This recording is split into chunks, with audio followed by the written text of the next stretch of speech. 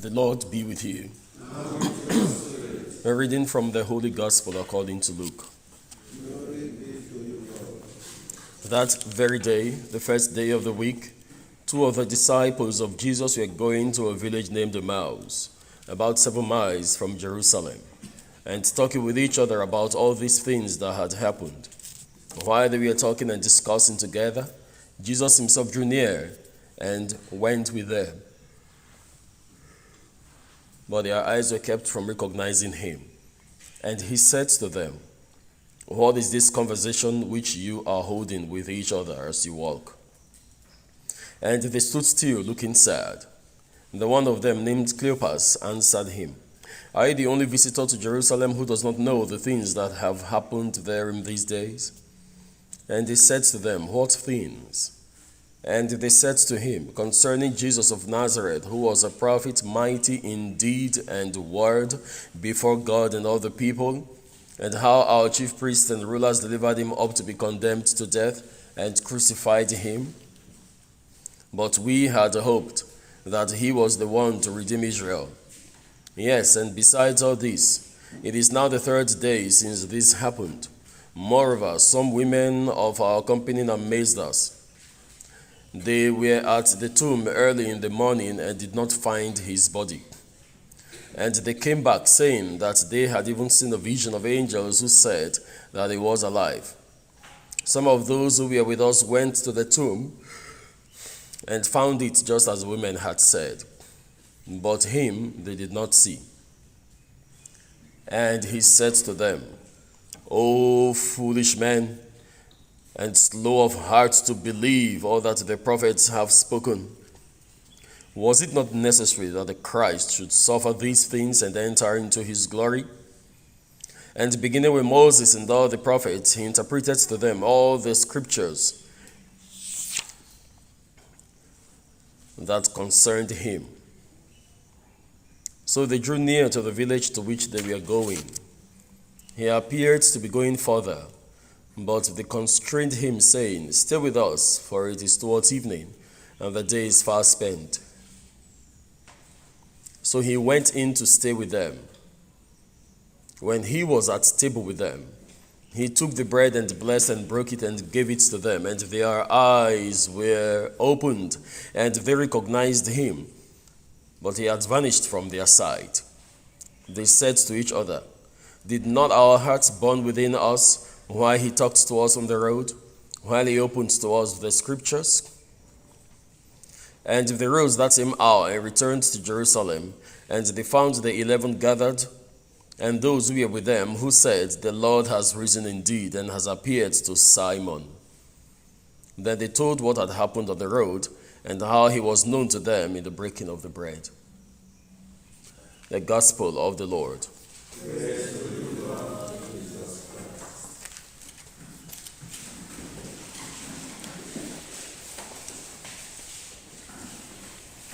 Dear friends,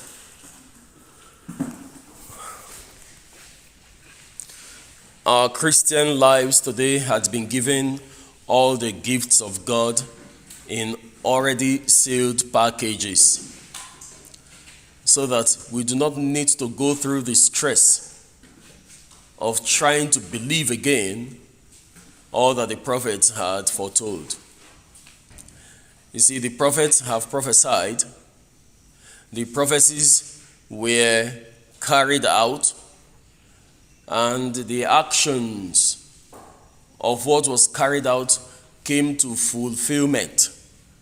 In our age, we are dealing with full packaged truth.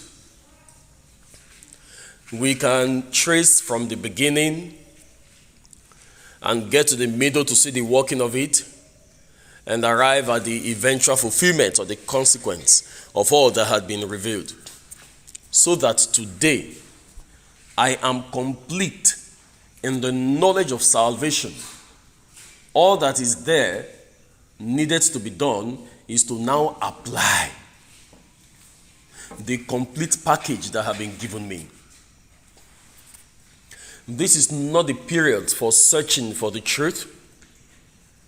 The truth had been made very, very clear. We may not fit into the shoes of the two men on their way to Emmaus anymore, because that was the era when the fulfillment started becoming. And Jesus was present at each of those junctions to let them know this is where the fulfillment had been manifest. So he had to appear to 500 of his disciples. He appeared to Simon. He appeared to the two brothers on the way to Emmaus.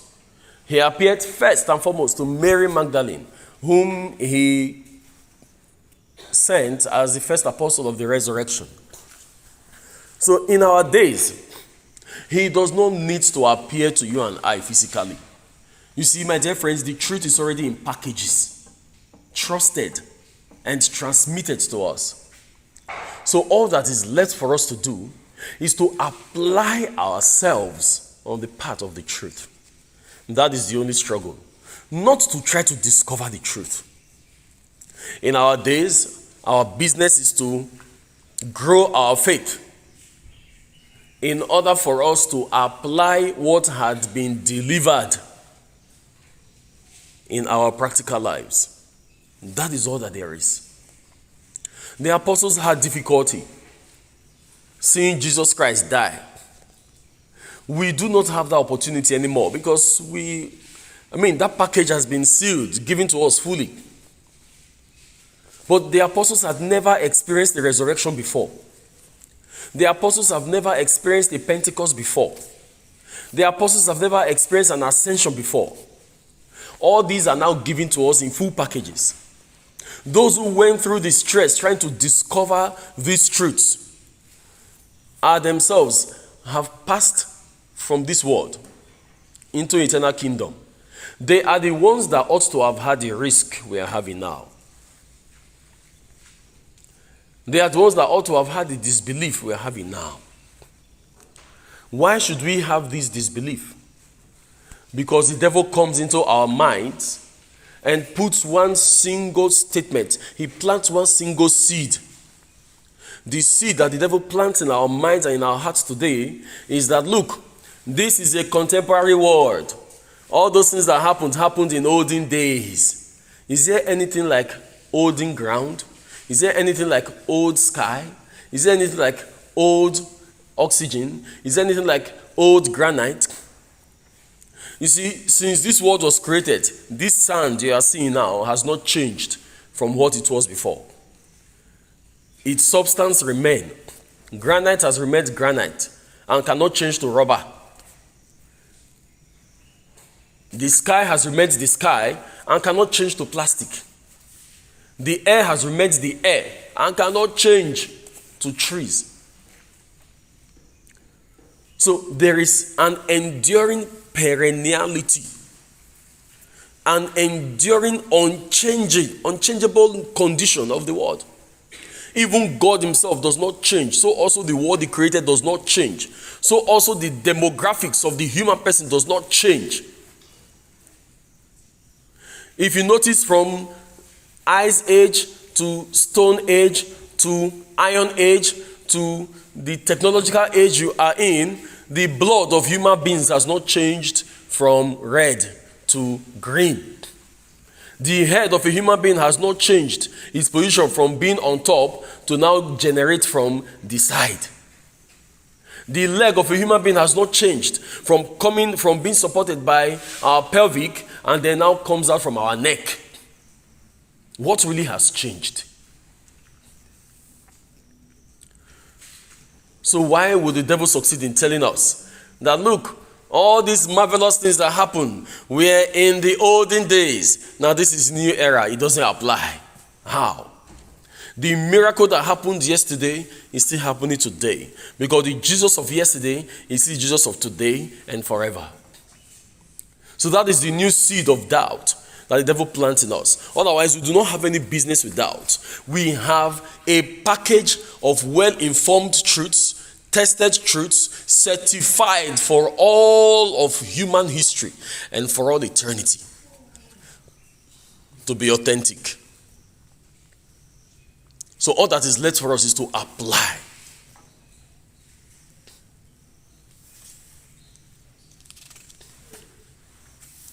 The first reading gives us an idea of how the apostles cured the man at the beautiful gate.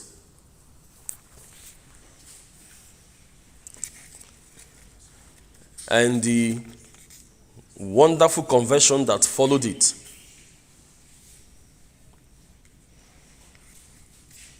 Followed the same wonderful conversion that happened on the day of Pentecost. So we are saying miracles are not possible today. The world has grown so big now. So when a miracle happens in a particular place, it's difficult for you to hear here. People are experiencing miracles in their own private and personal lives. They don't even have the strength to say it. Even though the world has become so evil, a lot of people are experiencing miracles and they don't even put it on social media because there are people whose ordinary lives have become miraculous. And so when a miracle happens, they just smile and they sigh and they look up to the heavens and say, "Thank you, Jesus." But we read this in the Bible and we feel, well, this cannot happen in our days. And the question that we need to ask ourselves is, what have we done? What have we been able to do that will not come out to say miracle is not possible? Have we been able to fight one common sin that is messing us on the mud? Have we been able to fight a particular sentiment that constantly puts us under the authority of Satan himself? If we still have some of those fights to fight, what right have we to say miracles does not occur when we know we are still in a merry clay of confusion or of demonic affliction or of self-abasement? So miracle does happen. And of course, we don't even need to stress more about those miracles that go over the authority of nature, because nature itself is the greatest miracle. So if nature itself, as it opens itself, is a miracle, then we must believe also that something that will turn nature against its own rule will be possible. And so, my dear brothers and sisters, this is our Easter package. Easter is the fulfillment of the package that has been handed down to us. Do not be afraid of those who can kill the body but can do nothing to the soul. Rather fear him who can destroy both soul and body in hell. Let this become the foundation of our confidence so that we don't find ourselves worshiping the lewdness of a human being like you and I and abandoning the God of glory who himself calls us to power. So hold strong to your faith and focus on Jesus alone. Call the various saints to assist us to focus on Jesus. Call the Blessed Mother always to assist. Call St. Joseph to assist. All those that were close to Jesus, that had power, that had the discipline, that had the enablement to be able to get close to Jesus, call them to assist you. Especially for those of you who have just received baptism, confirmation, and Holy Eucharist. You need the saints to assist you. They become a company of witnesses that would assist you to pressure Jesus Christ to come to your side. It is not as if Jesus is not already in your side.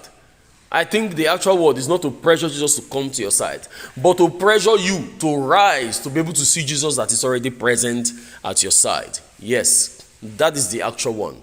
That is the real thing. Because the Lord God is present to us more than the air that we breathe in. Is he not the one that says, "I stand at the door of your heart and I knock"? He says, "Open the door that I may come in." And so for those of you who have just received the sacrament, you call the saints to help you discipline yourself in order for you to be able to open the door. Opening that door means making the house clean enough for Jesus Christ to enter in. There are certain level of efforts that we need to put in. When it now becomes difficult for our efforts, that is when the cry of mercy would come to our aid. So let us never give up in this movement towards optimum reunion with Jesus Christ. Do not give up. You are still the miracle that is waiting to happen.